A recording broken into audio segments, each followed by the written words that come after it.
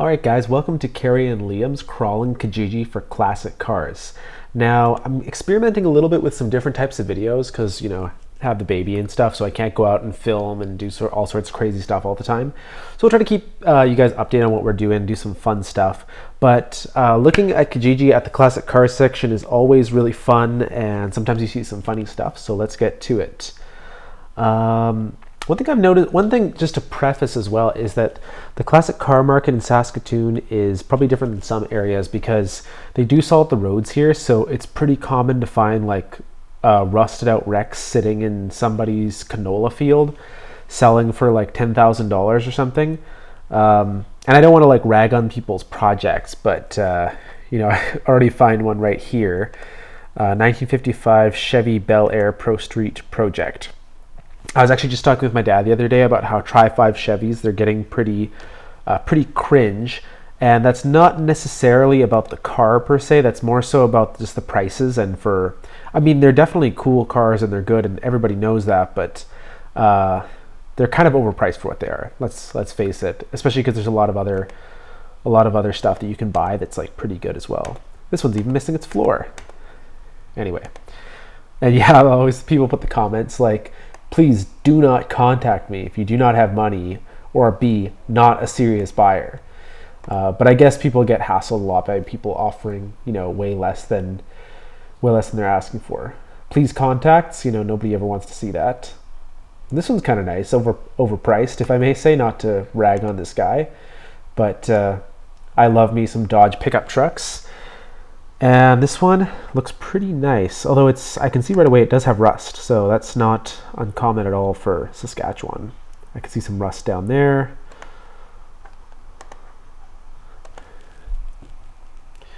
I can see some paint fade. The box is a little bent up. It doesn't quite look like a $16,000 truck to me. Unless it has something really crazy under the hood or something. Let's see. Freshened up 318. That is not particularly a desirable engine. They're nice engines, but they're not like warranting of a really high price. Nearly rust-free. Not rust-free though. Yeah, I think it's overpriced. Plus taxes. That's... I bought, on my previous YouTube channel, I showed that I had a 1986 Dodge D100 pickup truck. It was a long box, so it's not as desirable of a body style as this. And that one I bought for $600. So, obviously this truck is, more built up and in a little bit nicer shape. Not crazy nicer shape, if I may say. But that's a lot more money. Granted, prices have gotten crazy since then, but, This is surprising, $60,000 for a Plymouth Duster. So Plymouth Dusters, you guys know that I have a Valiant. That's a 4-door sedan, and 2-door cars always go for more money than 4-door sedans. But this price seems a little bit rich. Although I can see here that this is a 340 car, so that actually does add quite a bit to the price. Those are a really desirable subset of the Dusters. And this one is a nice looking shape. That looks like the original trunk liner. Yeah, this one I'm not in the market for $60,000 cars, so maybe that's still too much money, but to be honest with you, I think you could have gotten a Plymouth Duster like this for probably $15,000 in like 2015. Maybe even $10,000 in the last decade. Maybe the prices have gone up that much.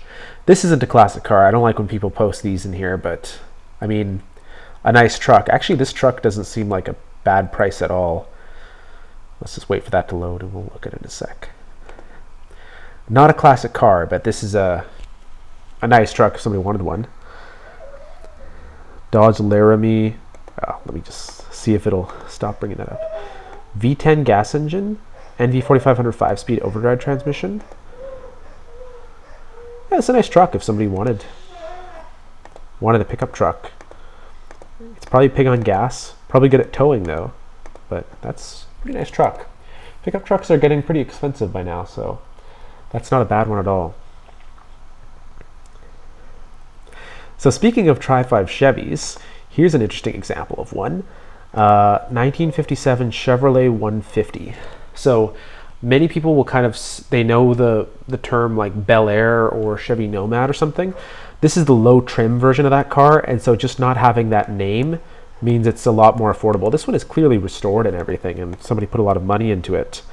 But the price is not as high because it doesn't have the name of the Chevy Bel Air or Chevy Nomad in the case of the wagons. I can see there's another Plymouth Duster back there. I guess those are getting expensive. Stuff kind of gets trendy at various points. It's hard to predict exactly what it's going to be. Here's something cool. Also perhaps a little bit overpriced. Let's take a look at this. 1952 Dodge Power Wagon. Now technically these are the Power Wagon story, if I remember it rightly. These trucks have kind of an interesting legacy because they're very, very similar to the trucks that Dodge built in the Second World War. A lot of people know about the Jeeps, which were the US Army quarter-ton truck, but Dodge built Power Wagons, which were 3/4-ton and I think 5/4-ton trucks. They were also four-wheel drive, and they're obviously larger than a Jeep, but they were used extensively in the war, and after the war they ended up building more of these for the civilian market. This actually looks like a military one now that I look at it. The cab is kind of like a convertible, which looks like the military ones from what I remember. This is an interesting one, 1952 though. And of course it has a Dodge Flathead 6. These are cool trucks, but once again, $10,000 for one that appears to be running, but is, obviously not restored or anything, seems like a little bit too much money to me.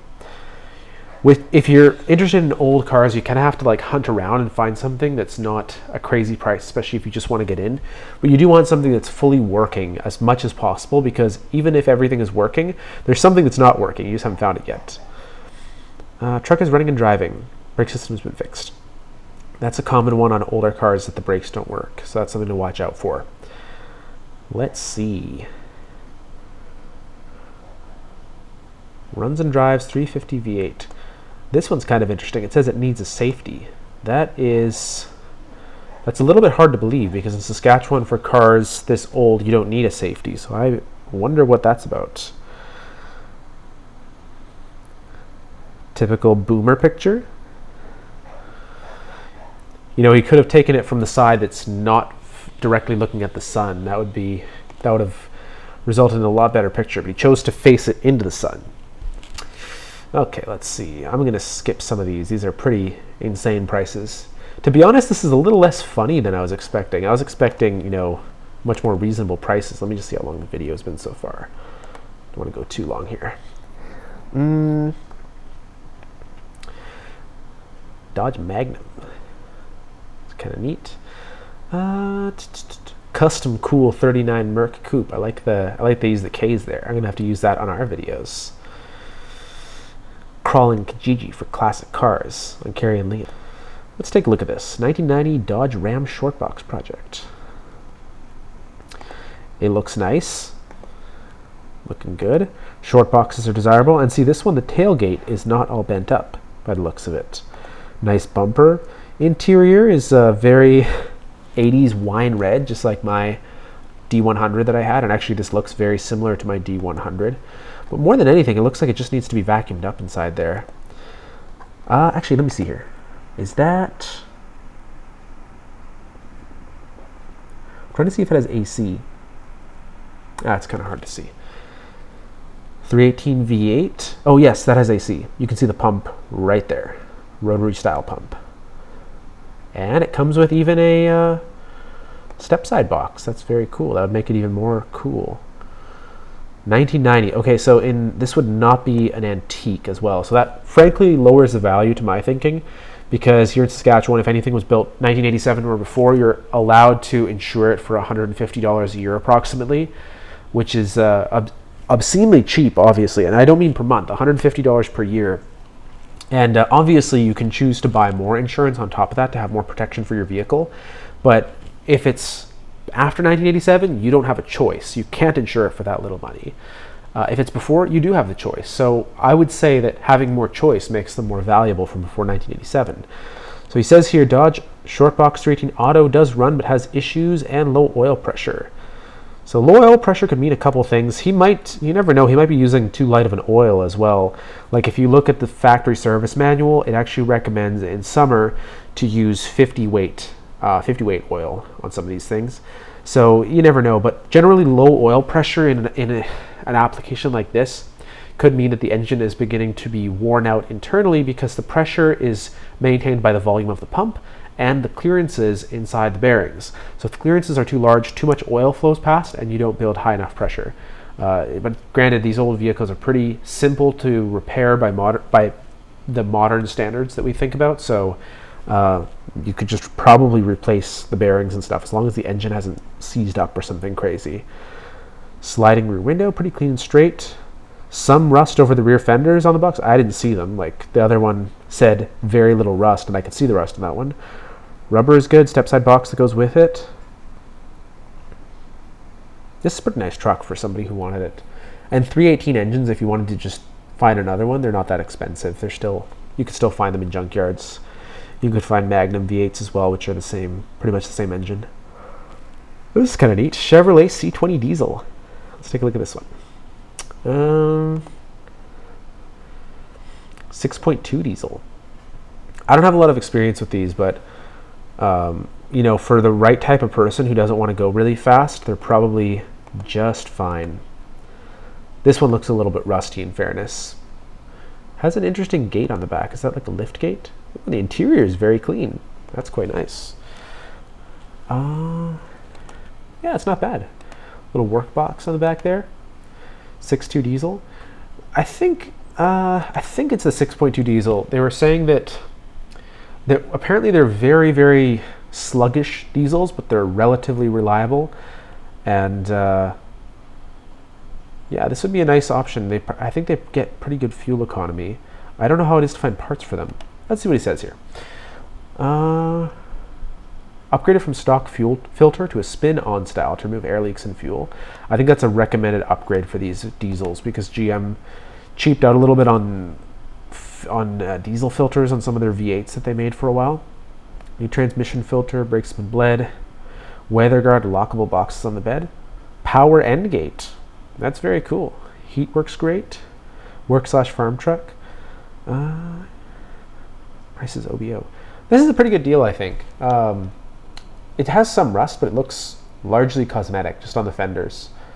It's a pretty good deal if somebody wanted a diesel work truck. Granted, it wouldn't be a rocket, obviously, but pretty nice, I think. These are nice Oldsmobiles, although the 58s were poor sellers from what I've heard.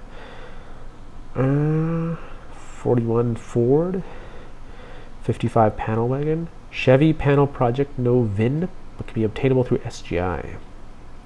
This seems like a pretty reasonable price for a Tri-5 Chevy wagon. But let's take a look. Let's leave that loading in the background. It might be a bit of a... Okay, let's look at this one. This looks like a canola field special. Let's see. Let's look at the wagon first. 55 panel wagon. They don't even have to specify what car it is, just the year, and you know what it is. Let's look at the pictures. So it's not a... Okay, yeah, it's a panel wagon, so it doesn't have the windows cut out. It's like kind of a work vehicle from the time. That is some pretty bad rust, but these aren't unibodies, I guess, so that might not be an issue. Lots of parts in there by the looks of it. I mean, this doesn't look all that bad. But it's in pieces, obviously, so you're kind of not buying a car, you're buying a project, like he says. So even if you buy it, even if you get to work on it right away, you're probably not going to have it on the road for several years. And years tick by fast, and you shouldn't waste all your time restoring cars. 55 Chevy panel project, no VIN, but can be obtained through SGI. Yeah, for somebody who really wanted to restore one, 10 grand doesn't seem like a bad choice. I'd rather buy this thing for 10 grand than the canola field special for 3 grand. That looks like it has a lot more parts with it. Okay, let's see. $7,500 for this mint condition parked when ran special. Ooh, look at that nice interior.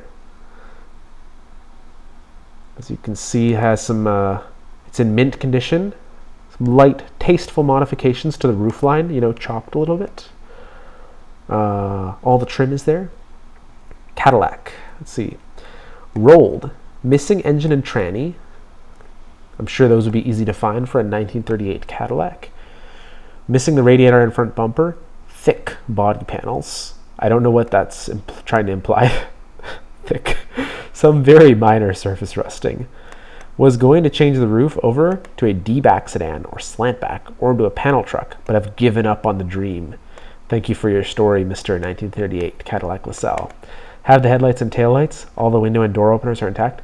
Car could benefit from a new passenger door. I think this car could benefit from having a new body, an engine, tire, really pretty much everything. Just throw this one out and start anew. Will consider trade for some type of bumper pull trailer. Well, I think this guy might be asking for a little bit too much for $7,500. Maybe I'm wrong, and maybe the market for 38 Cadillac LaSalles is very tight with a lot of demand, but I would be surprised. I'd be surprised. Okay, let's see. Ooh, this one I like. This one's got an interesting story. 1960 Dodge Truck 313 4-speed. Some of you guys might be thinking, is 313 a typo? Is it meant to be a 318? No, it is not. The 313 is a Canadian special engine before the Americans were allowed to sell their cars directly into the Canadian market. They had to have a certain portion of Canadian-built equipment directly put in them. So the engines for Mopars for a lot of years, there were fewer options. And rather than a 318, there was a 313A engine rather than the LA. So rather than having the light A engine, it was just the original A engine in a 313 size, very similar to the 318. I forget if the bore was different, or it must have been the bore, I guess, probably not the stroke. But so this would have that original engine. Let's see. I'm not a big fan of the look of these Dodge trucks. They clearly still have the 1958 body style that they kept very, very late, and it looked pretty aged by the time they stopped. I forget exactly when they stopped making this body style, but it looked pretty long in the tooth. But this truck is in nice shape, though. Mechanically, I believe these trucks, even the two-wheel drive ones, had a straight front axle, and Dodge had that because they couldn't afford I think that the real story is that they couldn't afford to make independent front suspension. So they kept the beam front axle. And if you look at advertisements from the time, they actually advertise that as a plus above the Chevy and the Ford, is that they have a tried and true beam front axle, which is very sturdy and guides you in the right direction. So that's kind of making lemons with lemonade. Oh, the motor's seized. Okay, that sucks. Well, I mean, I think that this motor, you could probably put a 318 in its place, and those are still relatively affordable. Has not run since 1978, D300 4-speed, 9-foot box. So this one would be a little bit too much of a job. I mean, the engine not running is just the beginning of your problems. If the engine doesn't run, the transmission might have, if they didn't leave oil in it, it might be rusty. All the brakes are probably rusted shut. That'd be a lot of work. But granted, it's in nice shape at least. Aside from that, like cosmetically, it's in nice shape. Let's look at this. 1984 Pontiac Fiero, small block Chevy 350 5-speed. This is interesting. Pontiac Fieros, there's kind of I really like them. I was very much considering buying one when I was first getting into classic cars. I like the real Fiero that I like aesthetically is the first ones, the 2M4. And that's very common with cars, that the first ones really get the look down and then they just muck it up over time by making it worse. But there's a big scene of swapping bigger engines into Fieros, and the common ones are like V6s, like the Buick 3.8, because apparently they have a similar bolt pattern to what's already in there. So a small block Chevy 350 has a different bolt pattern, I believe, and it's quite a bit larger, so it's interesting that they fit it in there. They might have had to modify quite a bit of stuff. I mean, if you look here, actually, so this is the engine block right here, HEI distributor.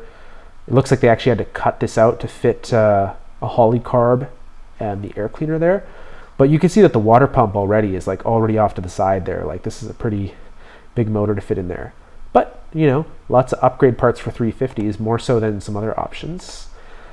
What else do we got here? 65 Chrysler, these restoration. 65 Olds, square body. This one looks kind of cool. Let's take a look at this. $9,500. Let's take a look. That is quite a bit of money for a 67 Ford, but let's take a look. It looks kind of cool. And I mean, it needs a paint job, let's be real. Let's see here. Looks pretty cool. I feel like this is the type of truck that even like before 2020, you could have bought this for $5,000 or something like that. Very original condition except engine. Currently has a non-running 302. Was originally an inline 6.3 on the tree transmission. Very complete, not terrible for rust, very hard to find truck. Would be a great truck to restore. Yeah. I don't know. Non-running for $9,500. And frankly, the inline 6 is probably a bit of a cooler, more unique engine than 302. He might have changed that because of the transmission with just a 3-speed. Like he might have wanted to keep the inline 6 and maybe, I'm not sure. Yeah, this is too much money. Well, I don't know, guys. I think we'll end it here. I'm not sure we found any good deals on classic cars today. Found a lot of canola field specials for, you know, $7,500, $8,000. It's kind of hard to find anything that runs and drives for less than $6,000. But what's more surprising is that we found lots of things that don't run or drive for way more than $6,000. But yeah, anyway, thanks so much for watching, guys. This has been Crawling Kijiji for classic